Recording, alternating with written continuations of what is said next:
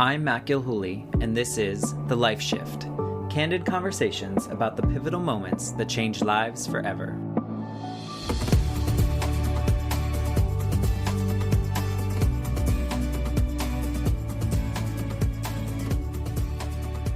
Hello, my friends. Here we are with the Life Shift podcast, and I am here with a coworker and friend, Diane Diaz. Thank you for being here. Thank you so much, Matt. I'm looking forward to our chat. Yeah, so Diane and we work together, and we actually shared a wall, right? We shared a cubicle wall for a time period. Yes. Back when we used to go to work. Yeah, I call it BC, before COVID. Yeah. Yeah, and so we have worked together for a few years now. We've actually worked at the same university for many years, but long time. Yeah, but now we're in the same department, so we just see each other on Zooms.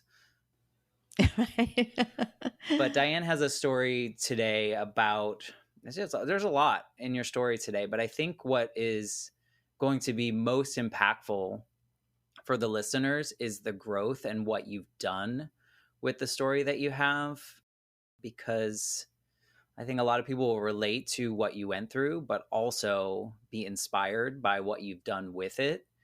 And the Life Shift podcast, we've had a lot of people that talk about that. And when I hear from listeners, it's always like, I feel so inspired, even though I don't have that exact story, right? That commonality of like the human experience, because we're not alone in some of these traumatic events, right? Totally. Yeah. Well, before we get into it, maybe you can just give us a little bit of who you are and share a little bit about, kind of what Diane's life looks like right now.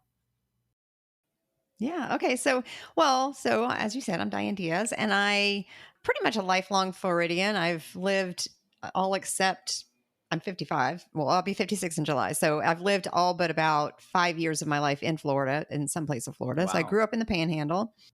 Yeah. Yep.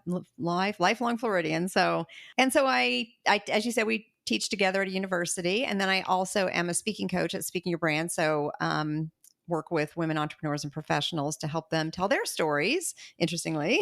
So that's fun. And what my life looks like now, well, I have 2 jobs and just moved into a condo, very busy, just moved into a condo and, just trying to manage 2 jobs and pandemic, all the things going on, the pandemic, all the craziness in the world, gas prices, all of those things. There's a lot going on. And I don't know you very well, but from what I do know, I've always been inspired by your work ethic and your passion for what you do.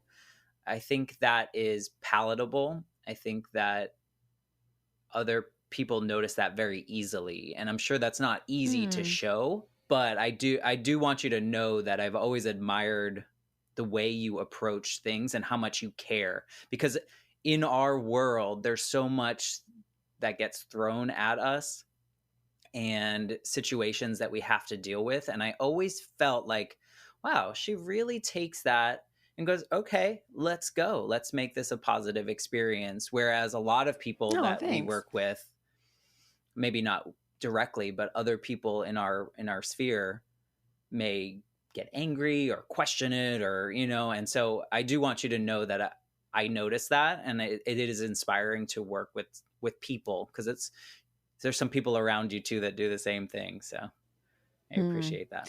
Oh, well, thank you. That's very kind of you to say that. And so I will say that a lot of that does come with age and experience. And also I came from the corporate space before I came to where we teach. And so lots of lessons there, lots of lessons. I also think that what you're about to share with us, that I'm going to have you paint that picture, I think a lot of that is, or what you do now, stems from kind of that experience before kind of these. I feel like you have 2 pivotal pieces in your life that probably create the human that you are today. So maybe you can just kind of go back and paint a little bit of those pictures of where you feel your biggest life shifts and kind of why you are the way you are now. Yeah. Yeah. This is, these types of conversations often feel like therapy, but I think they're supposed to, because you are reflecting on what brought you to where you're at.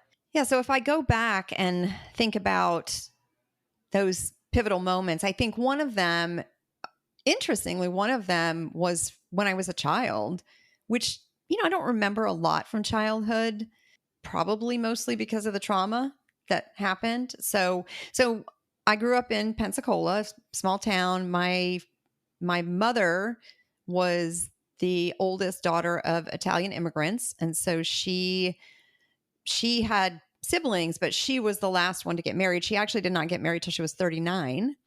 And I think the only reason she ended up marrying my father is because she didn't want to be what, quote unquote, an old maid, right?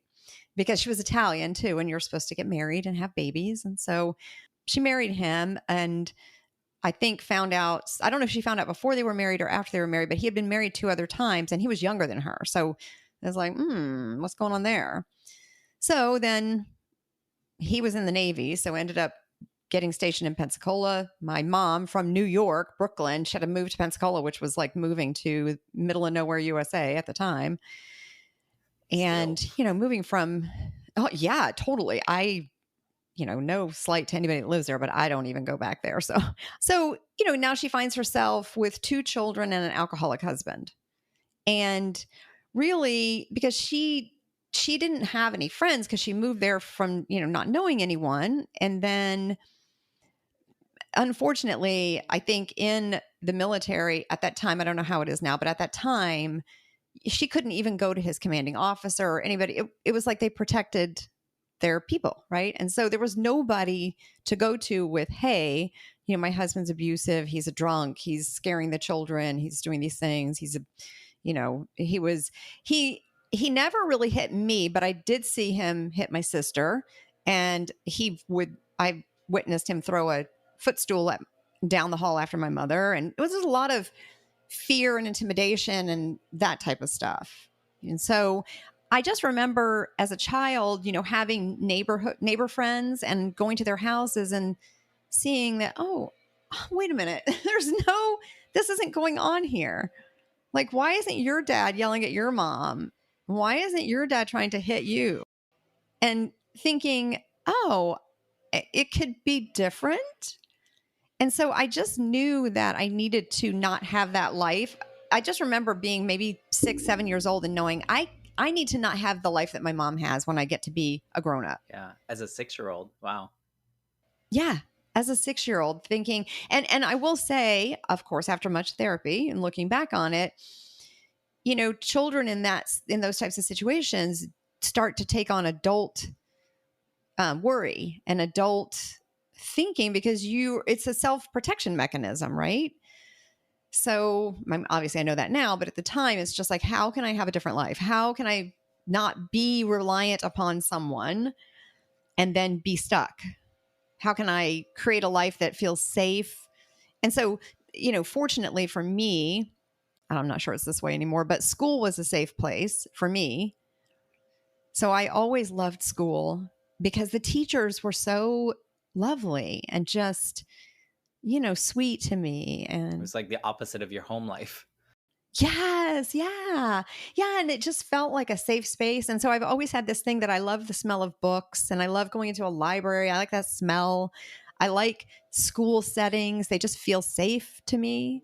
So I think I knew early on, my mom didn't have an education. She went to high school, but she did not have a college education. However, she was one of the smartest people I knew because she read everything. And she always encouraged my sister and I to, get an education, but also to understand how to use language. And maybe partly because her parents didn't speak English and she had to translate for them. So she wanted us to have good command of the English language. And so she was very pivotal there, but I knew my only way out of Pensacola and my only way not into a life like she had was education. And I'm not sure how I knew that, but I just knew. Well, and to your point, I think a lot of people with child trauma or a child wound of some sort can relate to the fact that you no longer are a child, right? You are growing Yes. up way too soon. I had similar experiences. My mom died when I was 8, and so I took on the weight of the world, not on purpose. It was just like, now I Just have to happens. do what I have to do to live, right? And maybe people that don't have those situations can't relate because they were just, in that safe space. Maybe they felt like you did at school, but they felt like that at home. Mm-hmm. I also can relate to know. that idea of going and looking at other families, right? You go over to whatever kind of events happening there, because my parents divorced when I was young. And so it's like, oh, I thought everyone's parents like lived separately and did, separate things. I know. They don't. Yeah. No. Hey, surprise. Yeah. There's another way. Yeah. So did you feel that, or did your mom stay with your father through like growing up? Yes. Yeah, she did. Well, I think it got to a point where maybe when I was about 10, so my sister's 2 years older than me. So I was 10, maybe my sister was 12. And I think my mom, kind of the way it was, my mom passed away a long time ago, but kind of the way it was relayed to me was that she basically said to him, you cannot come home and continue to scare these kids. Like you can't do this. So if you're going to come home drunk, then just don't come home. So this is just a crazy story. So he just stopped coming home. Now he would come to our house. They were still married, but he would come to our house once a week to, I guess, check on us. But honestly, he would terrorize us. So as soon as we would see him pull up in the driveway, fear. Right. And you also, I don't know, he had this thing, like if you were just, children like to just lay around, right? In the summertime, like you had to look like you were busy doing something. My mom also got to the point where she stopped kind of keeping house and doing things, because I think she was just like, you know what, Yeah. screw you. I'm not doing anything. Right. And I'm sure she was overwhelmed with 2 children at an older age than she had me when she was 42. She had my sister when she was 42, my sister when she was 40, me when she was 42. That's, so by the time we were like 10, she was older. And I think she was just like, screw this. So he would always threaten that if we didn't clean up the house, I'm going to burn this blankety blank house down. And to this day, Matt, I am obsessed with fire. Like I'm obsessed with the fear of fire. I check everything to make sure it's unplugged. I check everything to make sure it's off. I just bought this condo and my boyfriend put in all these different light fixtures and things. And I'm like, are you sure that's safe? Are you sure? And he has to reassure me. Is it UL listed? Yeah. He has to reassure me like, okay, here's why it's safe. Here's why this won't happen. You're fine. Because I'm paranoid about fire because so they did stay together. Yeah. Well, but he wanted control, but also sounds like he just wanted to live his own life, but then remind you that he's still controlling your emotions and life and all that. Mm-hmm. Yeah. So to just give you a view into this, and this is only recent information that I found out. So my mom died in 1996. And then once she died, my sister and I went to Pensacola for the funeral. And then it was odd because my dad would call my sister and I, and like at the end of the conversation, he would say, I love you. And I'm like, what? I know. First of all, you hardly know me. And also you were so abusive to us and so controlling and manipulative and struck fear into our hearts. And I just, that doesn't make sense to me. So I ended up going to therapy and talking at length with a therapist many times about this. And I said, I just can't do that. So I decided to not have contact with him after my mom died. So I didn't see him from 1996. Actually, I never saw him. And then he died this year. Did that do anything? You mean like emotionally to me? Like, did that? Yeah, that's a good question.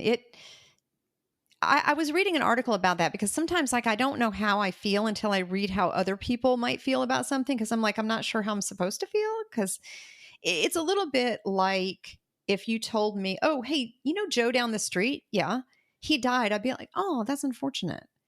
I mean, that's really the extent of it. But I was reading an article that said that people who grew up in a loving relationship, when the parent dies, they miss what they won't have anymore. But when someone like me, when that abusive parent dies, they miss what they never had. Yes.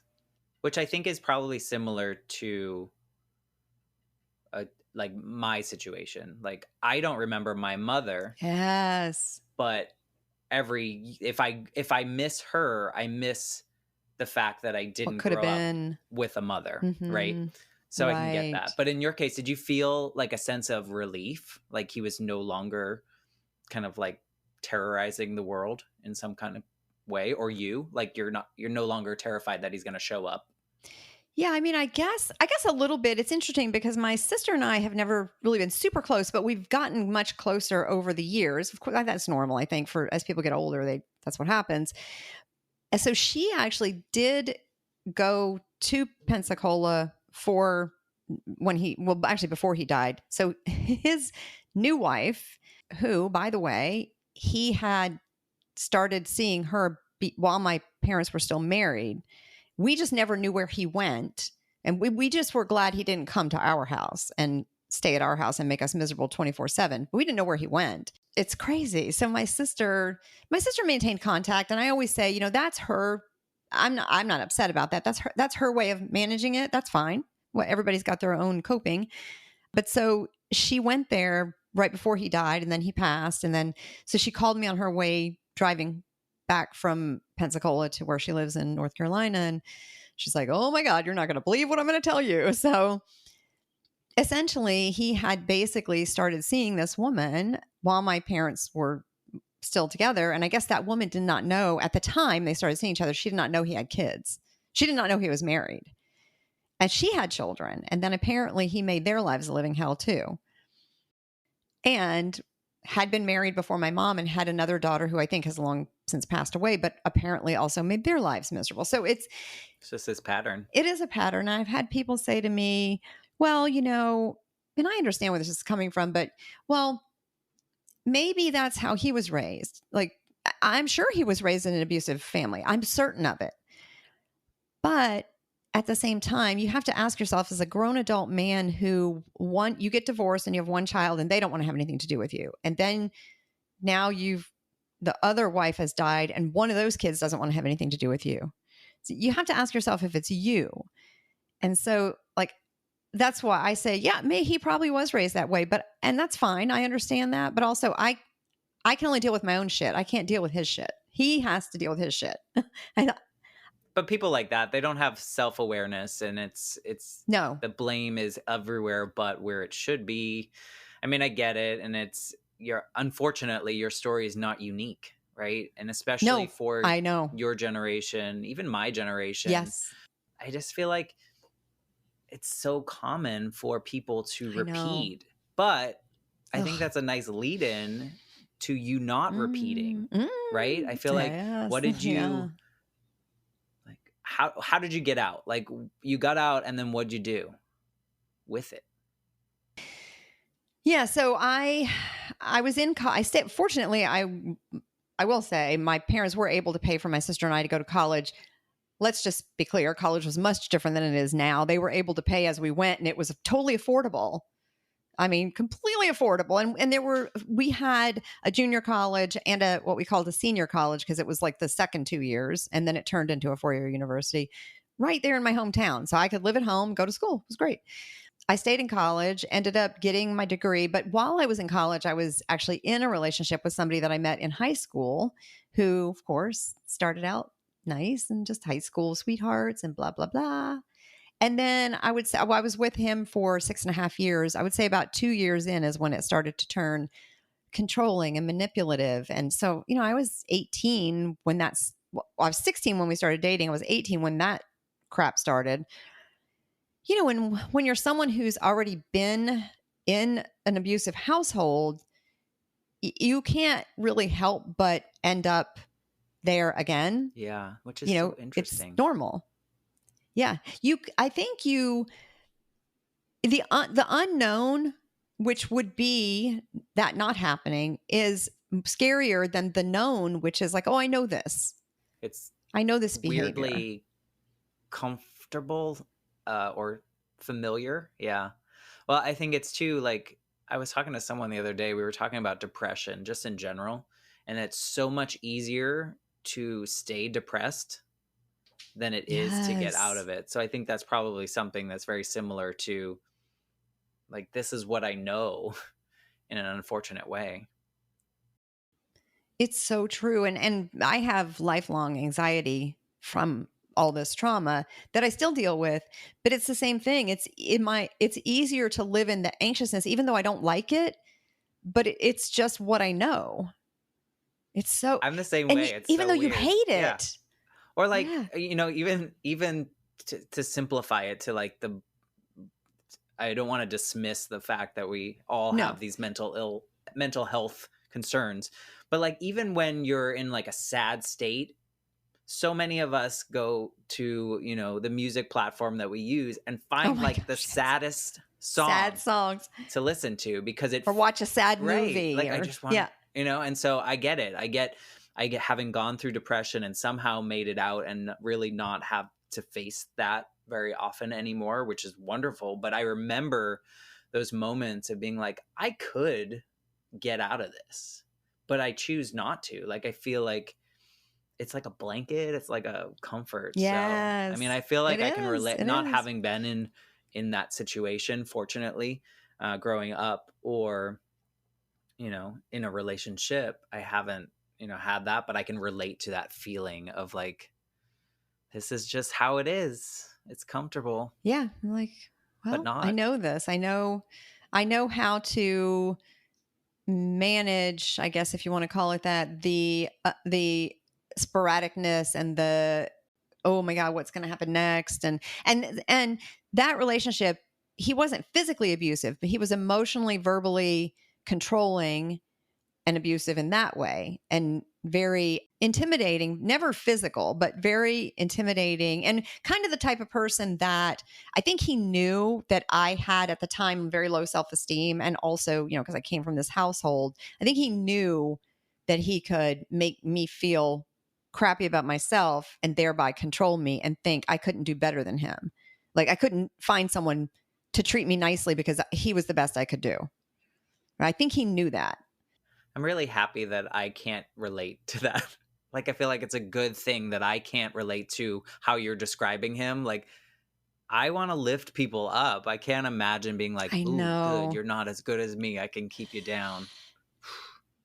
It's such a, I remember when, so I was in, I dated him from the time I was in high school till almost maybe like a year before I graduated college. And I'll never forget, I I had this friend in college, and we're not friends anymore. In fact, I lost contact with him, but we were in what they called, I don't know if they call it this, it was like the student union, but they call it the Ratskeller, which I don't really know what that means, but that's what they called it. Anyway, it was like where they had the food and stuff. So we're eating lunch and we're just chit chatting, and we would, he was a super nice guy, just friends, but we would just like, he would make me laugh, and like, we're just chit chatting. And then he's like, so what are you going to do after graduation? I was like, oh, well, I'll probably get married to this, He looked at me like, what the hell?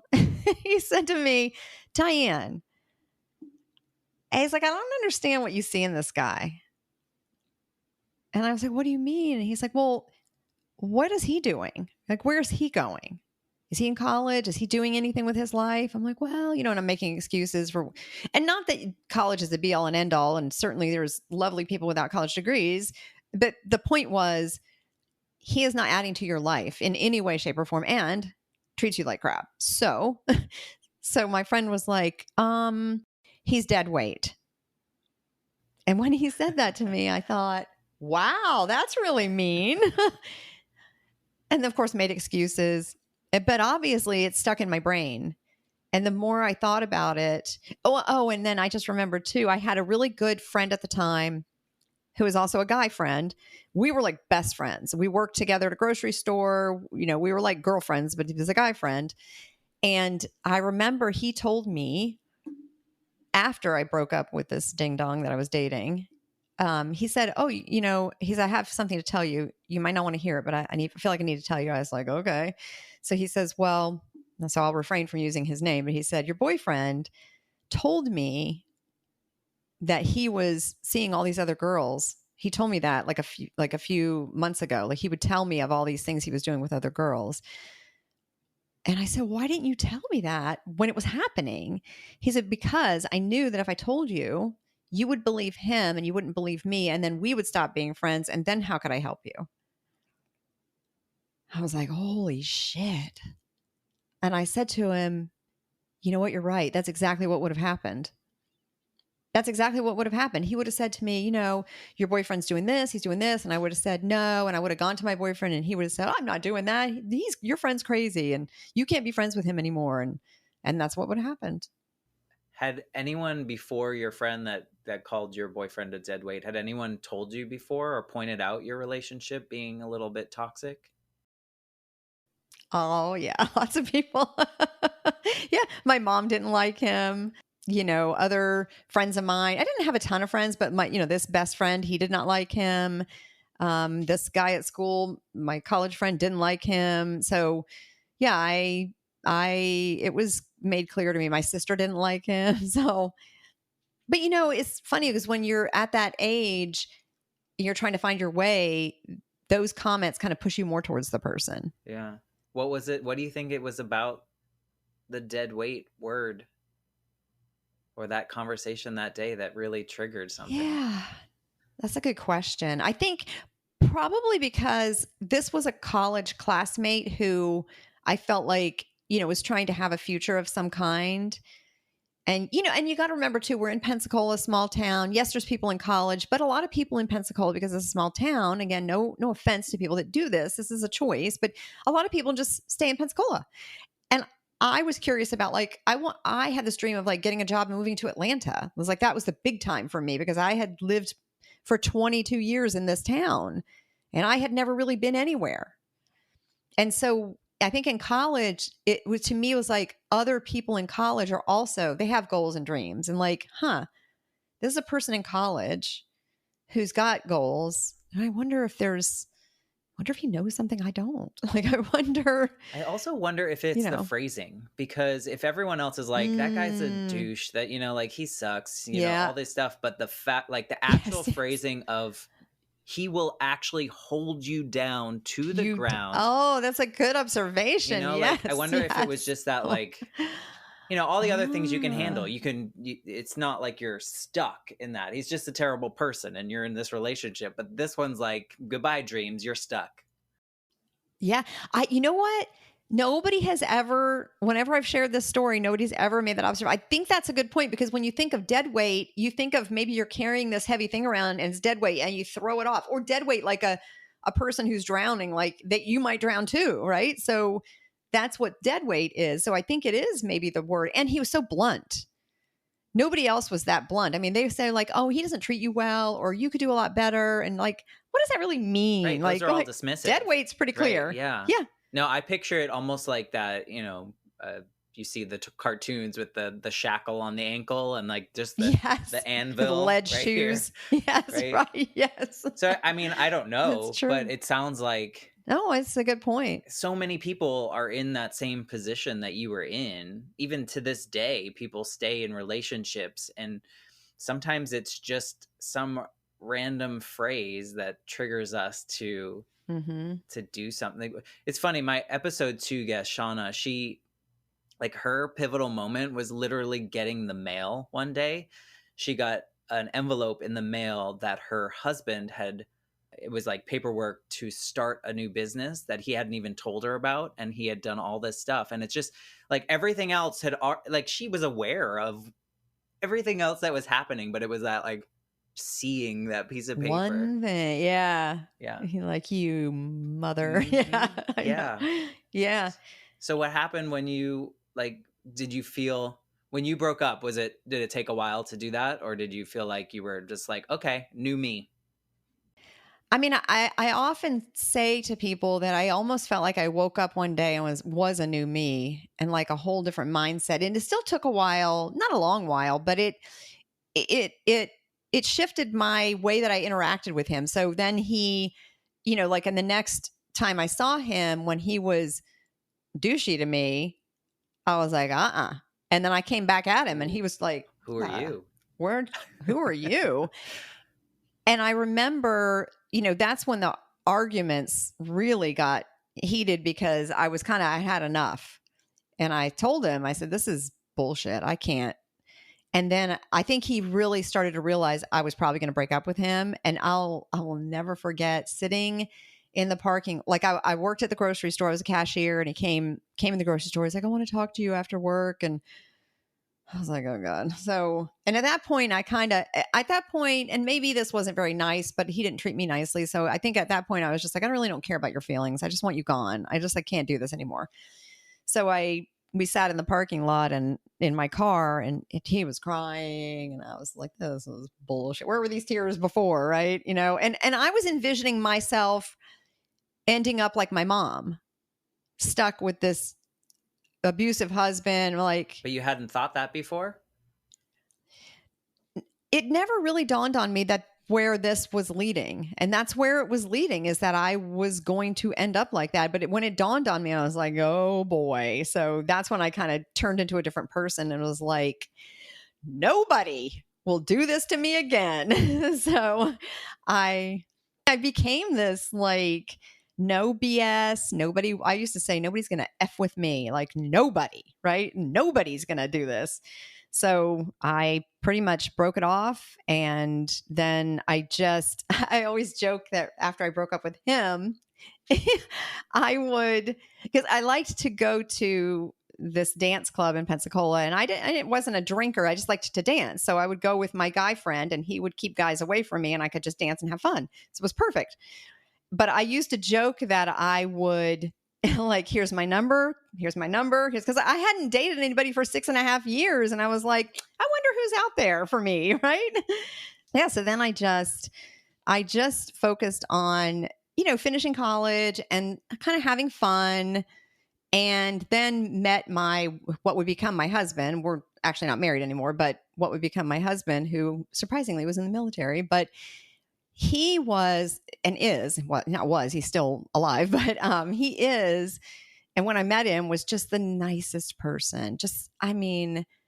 Could not be a nicer person. My mom loved him, just a complete and utter opposite.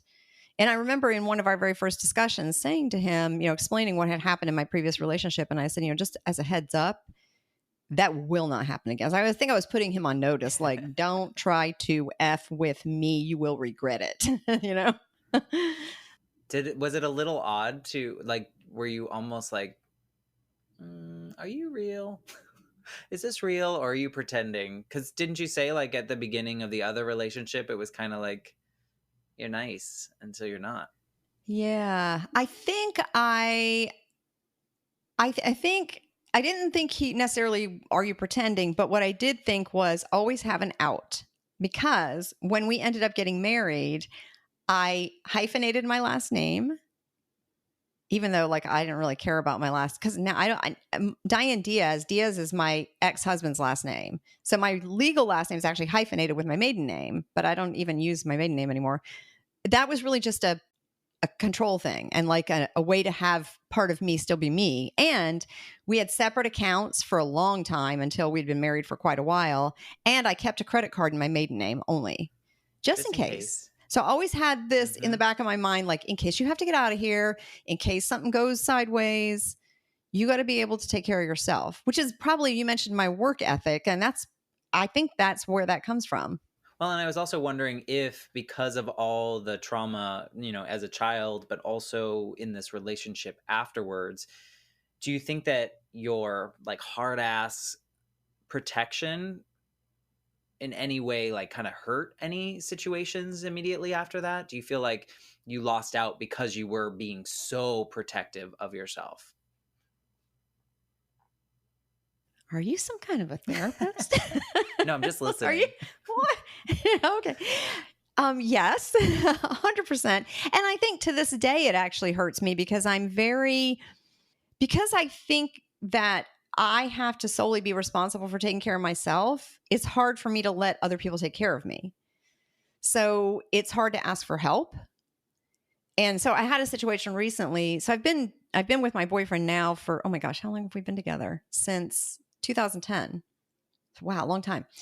Yeah. So, and I had to have surgery recently. And then simultaneously also was finding out I had to get out of my apartment that I'd lived in for 12 years because the rent was increasing, you know how rents are, and had to try to buy a house. And then also came down with shingles while I was recovering from it. So all this stuff was happening. I mean, I had to ask for help. I didn't, and fortunately I learned that people who love you will help you. I mean, why wouldn't he help me? Right. And so he was amazing. And so was his family. They were just, and even my friends, even Carol, who I work for Speaking Your Brand, she was there for me. So my having to protect myself from the dangers that came from this trauma, it makes it very difficult to have close friends, because it's not that I don't trust people. It's that I think I have to just do everything for myself.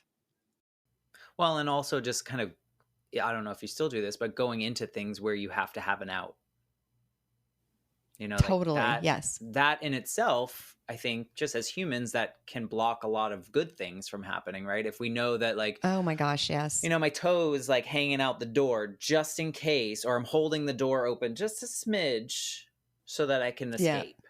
I get it. And I think a lot of that is not so much the relationship with your ex-boyfriend, but rather the child part. Because I feel the same. For sure. I know I didn't grow up in an abusive home, but losing a parent as a young child, I felt the same growing up. Like, I had to do everything myself, because what if my dad dies? Like, what if I'm left alone? I need to have the capabilities of doing this. So, and to this day, I would, there are a lot of times I've gotten better with delegation and asking people for help in those areas. But still, I'm getting this, I call it my pandemic graduate degree right now. If we're getting a team project, I'm the first one being like, okay, here's what we're doing. I'll do this big part that's going to be most of the grade, and you guys do that, like really controlling that. And I do think it stems from being a kid, which led in, and having a parent die, which led into me feeling like I had to be perfect so that other people wouldn't leave. Oh my God, yes. Right? And so that's where that question stems from. I'm not a therapist. No, well, it's a good observation though, because it is a protective mechanism, right? Like, if the shit hits the fan, Diane will be okay because she's done this, this, this, and this, right? And she can manage for herself. And and the flip side of that is, it's really unfortunate, because I don't want to always be that way. Like, I want to, I think it is being a loving human to let other people help you, because it shows that you support one another, and you when somebody offers to help you, it's a loving gesture to allow them to help you. Like, it took me a long time to learn. So when I was married, I was very independent, do everything for myself. Like, I got this. But now in this relationship with my boyfriend, he's very much a caretaker, because he also has a daughter. And so he understands caretaking, but he also is very handy. And so your dad had a daughter. He didn't understand. Good point. He's just a good human, your boyfriend. He's a good human. Yes, that's a really good point. Good point. Yes. So my boyfriend happens to also be very handy, and I'm always like, no, I can do this. I can. And I've had to learn over the years to just let him help me, because he actually loves helping me. And so it's not just for me, it's also for him. I think that goes back to that comfort. Like, you stick to what makes you feel the safest, right? And whether it's good or bad. But I also think, are you similar to me in which you'll see people that are like literally live like flying by the seat of their pants, and you're like, man, I wish I could do that. Oh my God. Yes.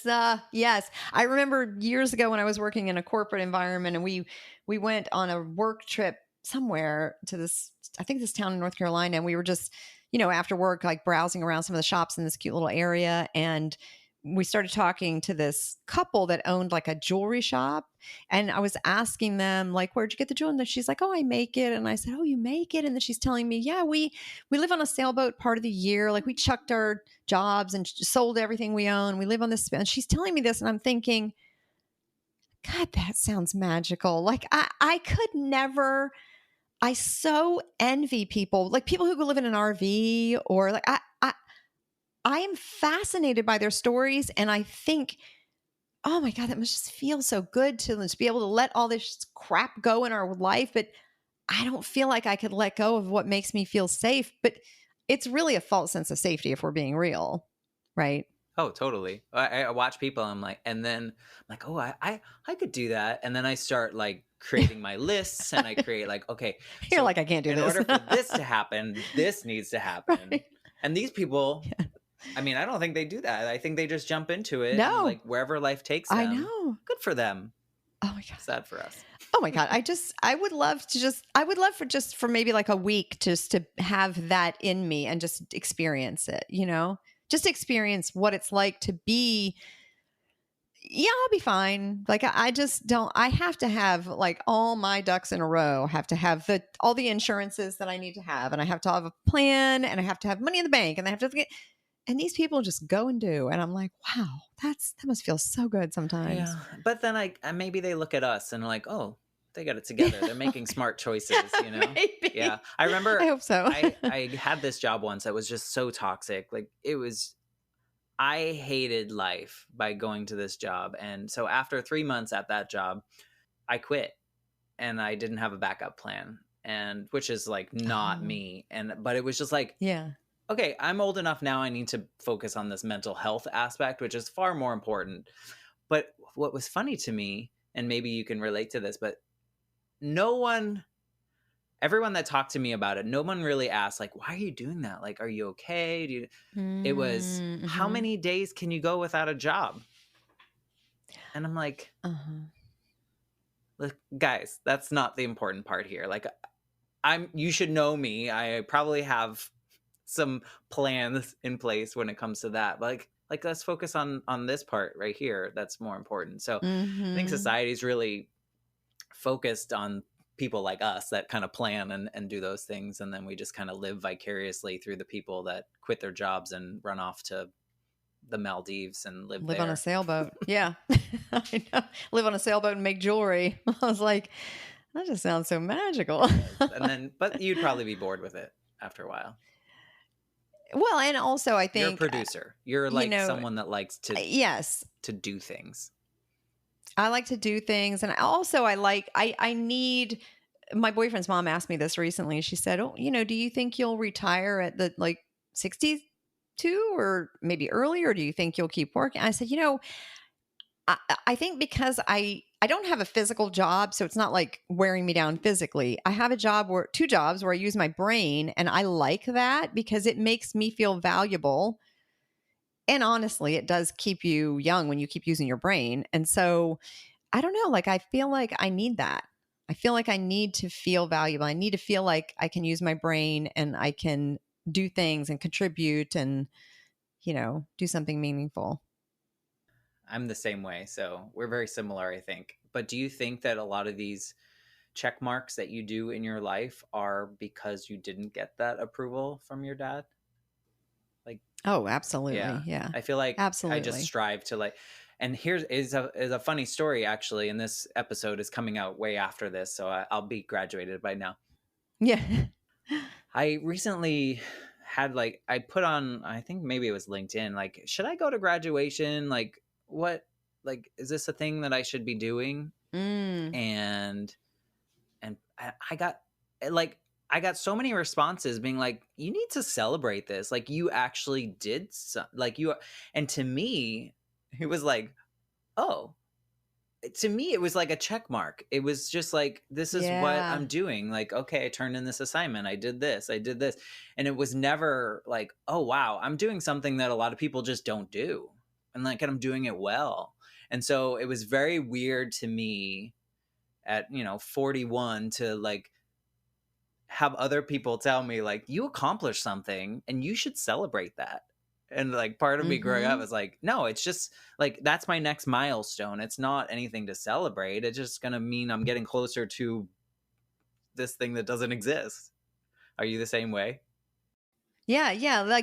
Like doing all the right things and oh, get a college degree, check, get a master's degree, check, bought a home, check, I'm doing all the things. And then I also am not I've never really cared about my birthday. I really don't care about holidays, but I think largely because being in a household that was abusive, it's a day like any other day. And it's just another day to have trauma. Right. So I've had to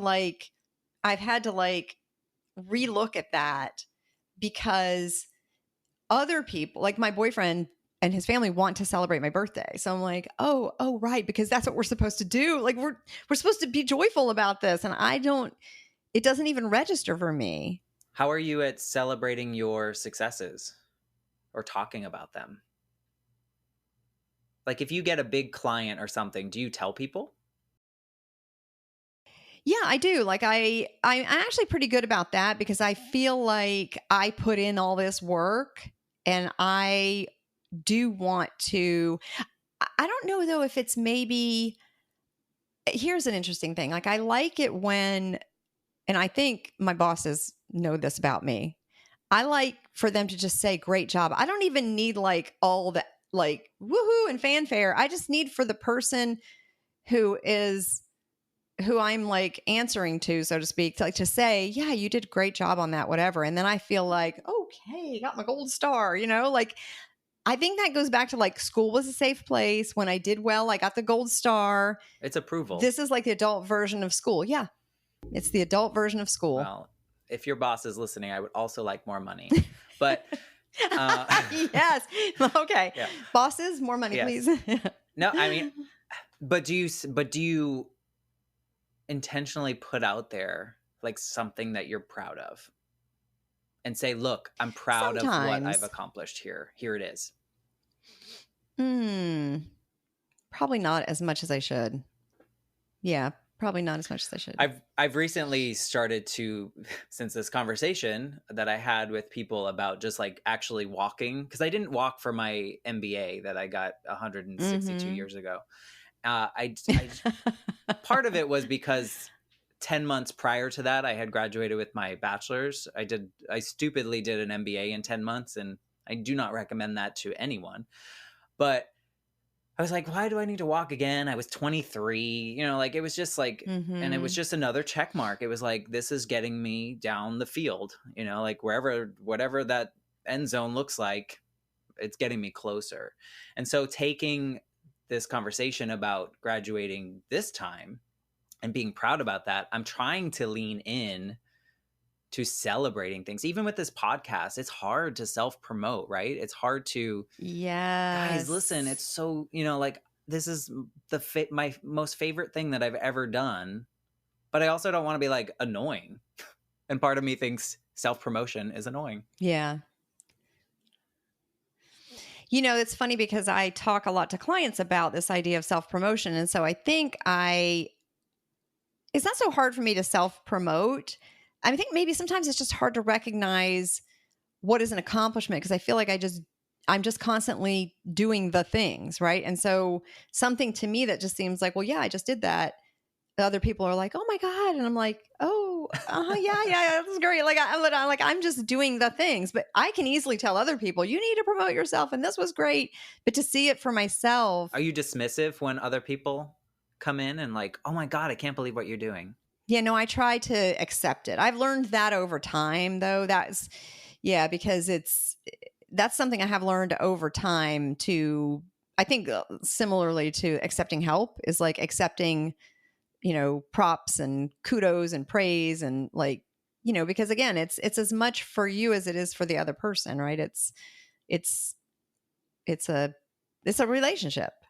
Well, hopefully both of us will get better at recognizing the achievements that we have. And that's why I started out earlier just saying like, this is how I see you. I think it's important for other people to know. I mean, we do similar jobs, right? In the one job that we share, but to see other people taking it so seriously and passionate and like, let's go and change the world with what we're doing. It's infectious, and it's infectious in a good way. Not in a bad way. Yeah, and not in a pandemic way. I think it's important for you to know that that's how I see you as a coworker, and I don't want to be you because you do a lot more than me, but I want you to. I don't think that's true. Again, there we go. Let's just dismiss what we do. I know. Yeah. I know. Well, I mean, I think all the successes, do you think that most of the successes that you have now and the things that you've accomplished, whether that's personal and relationships and your jobs and your projects and, the 500 other things that you're doing at the same time. Do you think that is a product of being in a fearful home as a child and not getting the love that you needed in those things?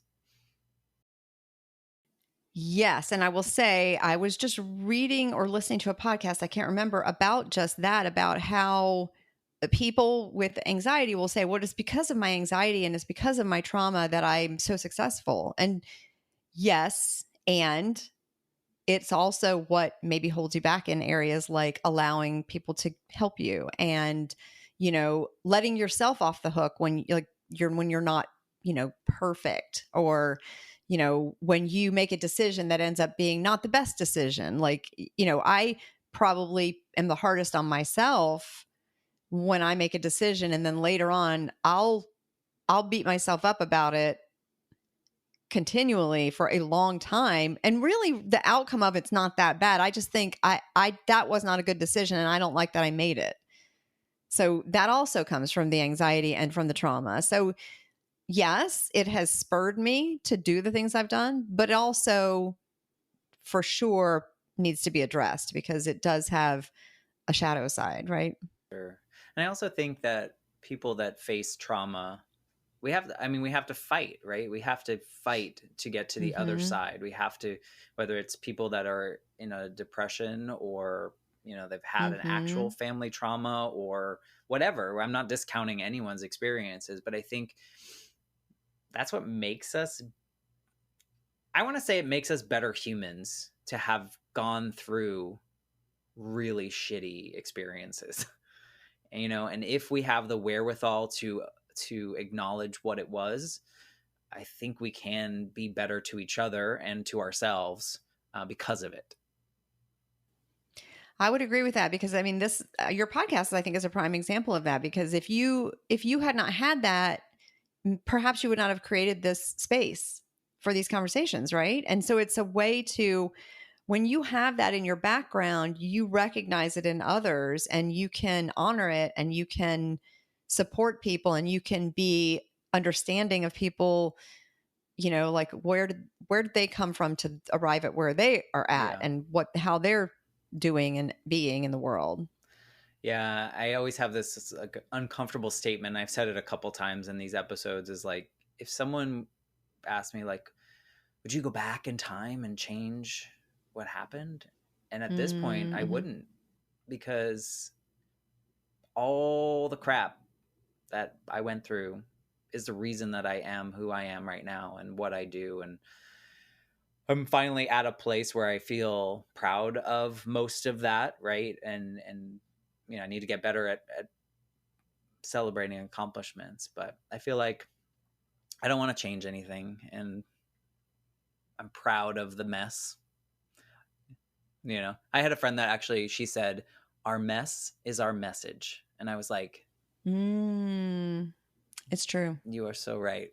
Because it like you said, it gives us the ability to connect and to have empathy and to just understand people on a human level.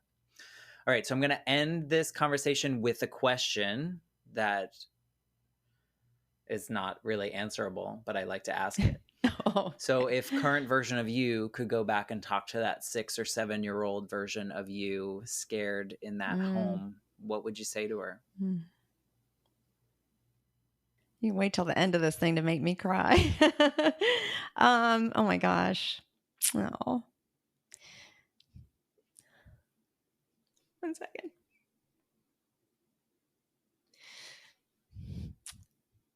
Okay. I think I can answer this. I think I would say that it's not always going to be like this. It's survivable, and also get therapy when you get older. Yeah. Because like you can't, for years I tried to just tough it out, but you can't. It's eventually going to catch up to you, and you have to. It's fine to talk to your friends and family, but you have to talk to a professional and someone who's not connected to you personally to be able to give you objective insight into your own shit that's happening as a result of that trauma. I mean, you can't see that on your own. I mean, now sometimes I'm able to see it on my own because I have been to therapy so many times for these things, but But I would say to 6-year-old Diane, like, it's not always going to be like this. Also, get closer to your sister. I would tell her that, and get therapy, because it's only going to at least improve your outlook on how you move about the world and other people, because how you relate to other people, because it's relating to other people is a struggle because of the people that were supposed to have loved me that didn't, right? So yeah, that's what I would say.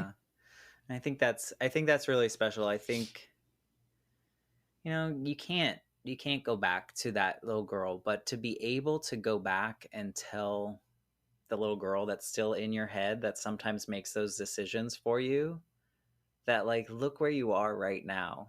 And you are a wonderful human being from the bit that I know of you, having worked with you. And I am so very glad that you came on the Life Shift podcast to share this story, because unfortunately you're not alone. You're not the only person that has gone through this. But I will say that's fortunate, right? Because we can all connect. And absolutely. So I appreciate you. Thank you for being here. Oh, thanks so much, Matt. Thanks for the kind words, and thank you for making a space for people to share these stories, because I think it's in silence that these things continue, but when we bring them out in the open, everybody gets to heal. So thank you.